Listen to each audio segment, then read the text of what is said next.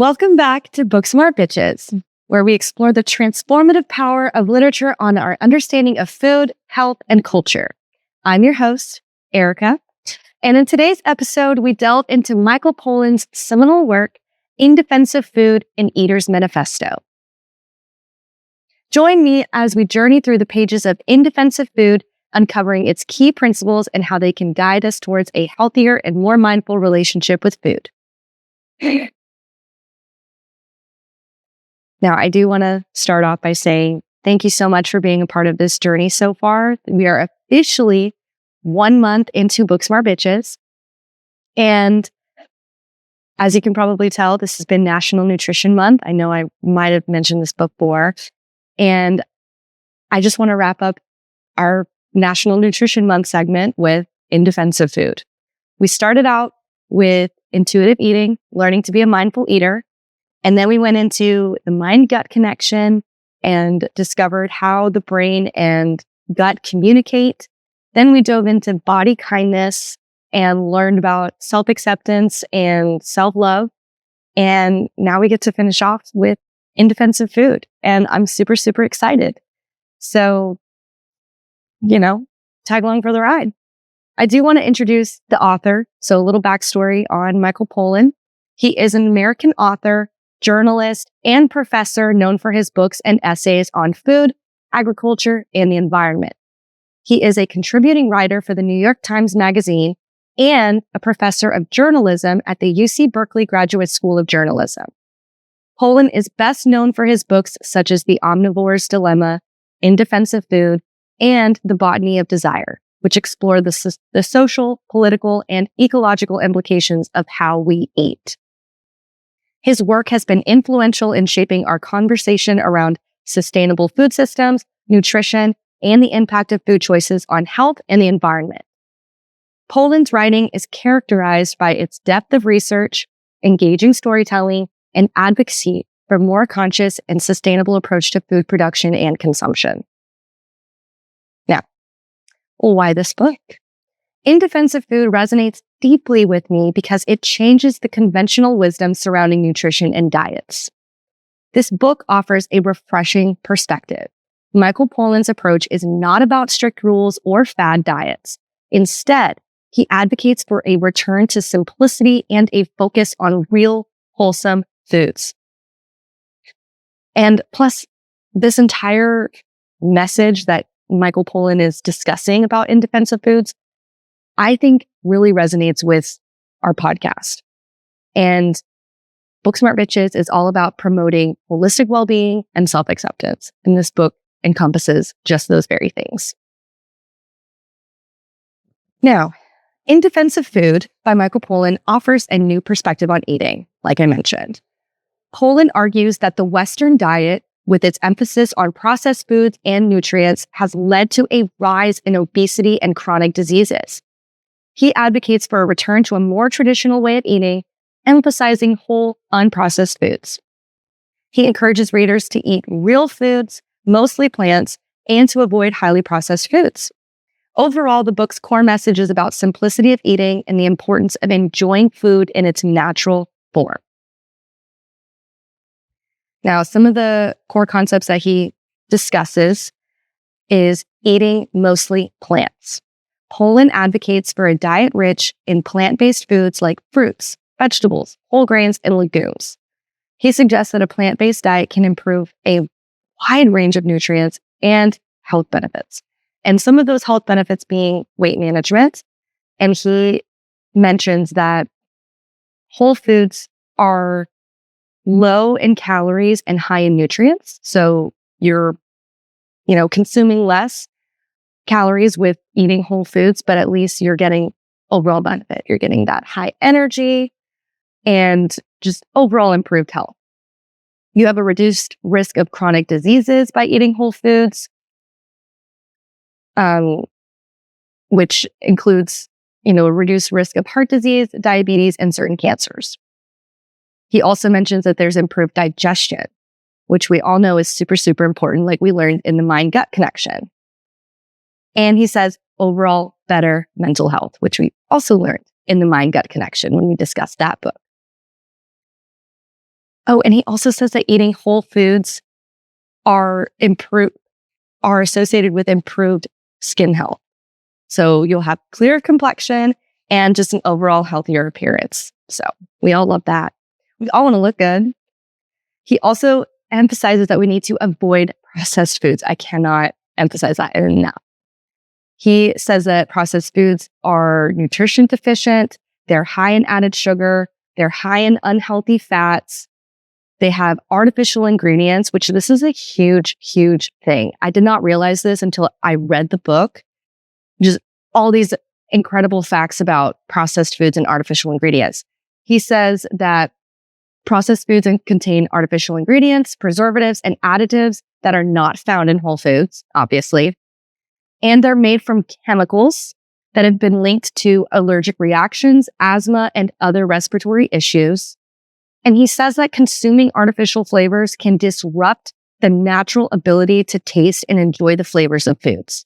So it completely skews our taste buds, which we all are a victim of, because once you have a really good, I say really good because it tastes really good, but it's not actually good, meal of like processed food from a restaurant or the store or anything like that, it's really, really hard to go back to craving just a raw carrot or soybeans or legumes or things like that, because we love the saltiness, we love the sugariness of these processed foods with all these additives, with all these hormones, with all these steroids, because it's genetically modified to make it taste better versus just having a whole food ingredient like grains or fruits or vegetables. And it's really hard to go back. So we have to like retrain our taste buds in order to crave the correct and healthy things. And he also says that some artificial flavors may be difficult for the body to digest, which leads to gastrointestinal discomfort or other intestinal issues, which, like we learned in the mind-gut connection, it is so important for our body to be able to digest food, because with the food that we put in our body, our gut communicates to our brain certain aspects, and it can change our mood, it can change our feelings, it can change our thoughts, and it overall can change our actions. So it's so important to have our body digest foods correctly. And with those artificial dyes, artificial sweeteners, and preservatives, it's harder for our bodies to break those down. And it just adds a conundrum of things that can go wrong in your body. And he also emphasizes that having processed food diet also has an environmental impact. The production of artificial ingredients can have environmental consequences, including pollution and the depletion of natural resources. So just some food for thought, literally. Okay. Now, and he says that we need to enjoy food. He emphasizes the importance of enjoying food and eating with pleasure, which sounds a lot like to me of being an intuitive eater. So like we learned in the first book that we discussed this month, it is so important to be mindful of what you eat. And he emphasized that we need to have a diet filled with flavors and textures, like just an entire variety of different foods. And we need to be experimenting with that, because it's so important to figure out what you like and what you don't like. And that starts with being a mindful eater, giving yourself grace to try different foods and mess it up a few times, because cooking is a skill that all of us need to cultivate. But just overall, he's saying all the things that we've already known and learned about already. He does explore the dietary habits of traditional cultures and suggests that we need to have a similar approach to food as the ones that he lists in the book. He mentions the Mediterranean diet, which is inspired by countries bordering the Mediterranean Sea like Greece, Italy, and Spain. And he emphasizes that those Mediterranean countries have a diet consistent of fruits, vegetables, nuts, seeds, olive oil, and moderate amounts of fish, poultry, and dairy. So like in the beginning I mentioned, Michael Pollan says that we need to have a plant-based diet. Like that is the healthiest, the easiest, and just the overall best option for our bodies. And so he mentions with the Mediterranean diet that they limit their red meat and processed foods consumption. And he also mentions the traditional Japanese diet, which is rich in seafood, rice, vegetables, and soy products. And it's low in fat, especially saturated fats. And it includes a lot of fermented foods as well. He also says that there's a traditional Mexican diet, which is based on corn, beans, peppers, tomatoes, and other indigenous foods. It includes a variety of fruits, vegetables, and herbs, as well as moderate amounts of meat and dairy products. So again, like these diets primarily focus on just plant-based. And as a culture, as those countries thrive, like their obesity levels are a lot less than we have. So clearly it works for other people in other countries. So adopting these kinds of habits is beneficial for us as well. He also says that we need to cook more and eat less. He encourages cooking at home and suggests preparing meals from scratch can lead to healthier eating habits. Now, a little bit about the author's perspective. Michael Pollan's perspective is centered around the idea of returning to a more traditional and simple way of eating. He emphasizes the importance of eating foods that are minimally processed and are as close to their natural state as possible. And one of his key messages is to eat food, not too much, mostly plants.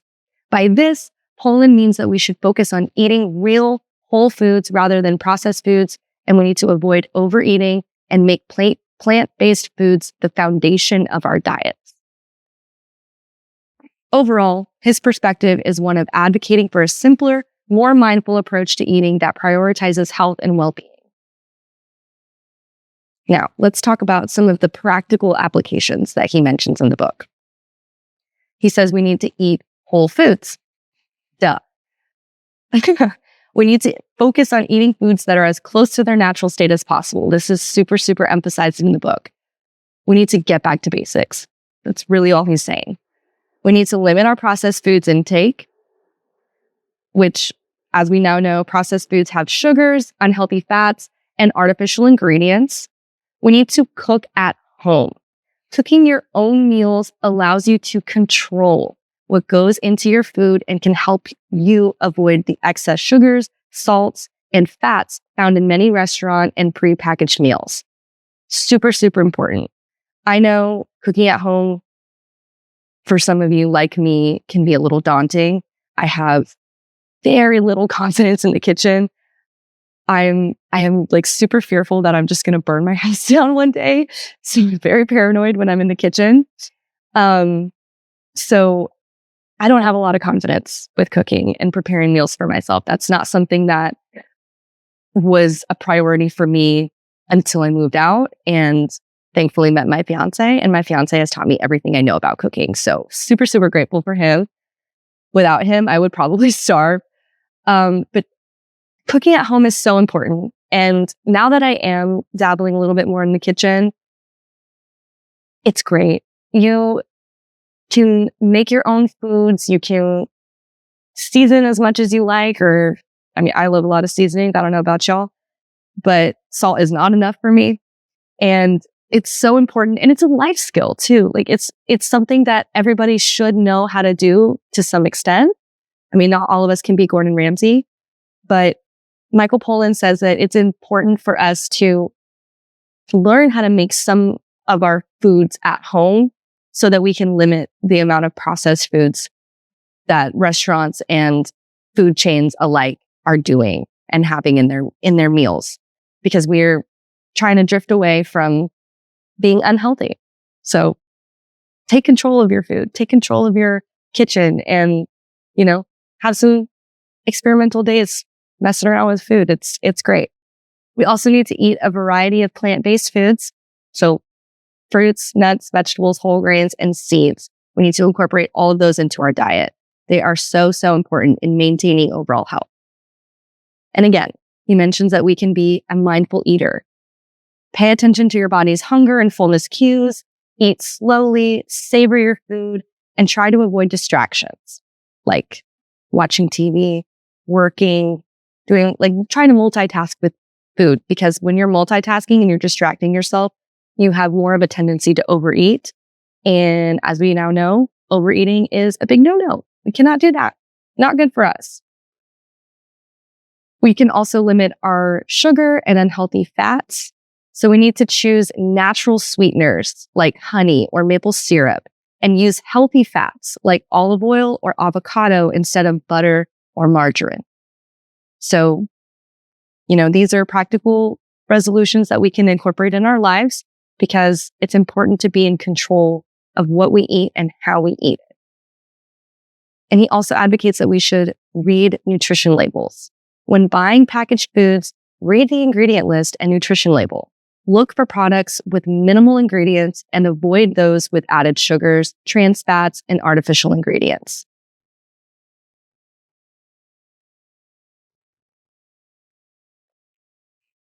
Now, I do want to take a moment of reflection. As we pause for a moment of reflection, I invite you to consider the insights we've explored together. Think about how the concepts discussed resonate with you personally. Have you noticed any parallels in your own life? Do you think you should make some changes to your eating habits? Take this opportunity to absorb the ideas and let them sink in without judgment. Sometimes a moment of quiet contemplation can lead to profound realizations. So, let's take a brief pause and reflect on the journey we've embarked on together.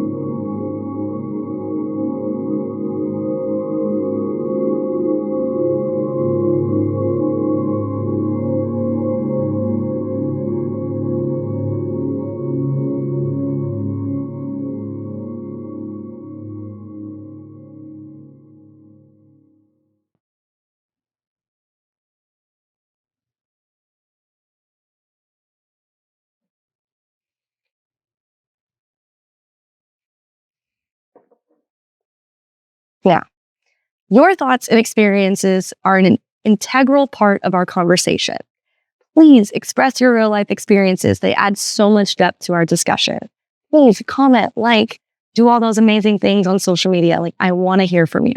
It's so important for me to connect with my viewers and listeners. And I would just love to get to know y'all. And I would love to hear how this book improved your lives, if it did. I love it. I want to hear it. As we wrap up today's discovery, I hope the key takeaways from In Defense of Food resonate with you. The insights we've uncovered today are not meant to stay confined within the pages of a book. They're meant to be lived. It's time to implement what we've learned. So thank you for joining us on this profound exploration of In Defense of Food by Michael Pollan. Please subscribe, comment, like, and share our podcast if you enjoyed it. Until next time, keep exploring, keep learning, and keep growing. I'm Erica, your host, signing off. Join us next week where we discuss burnout.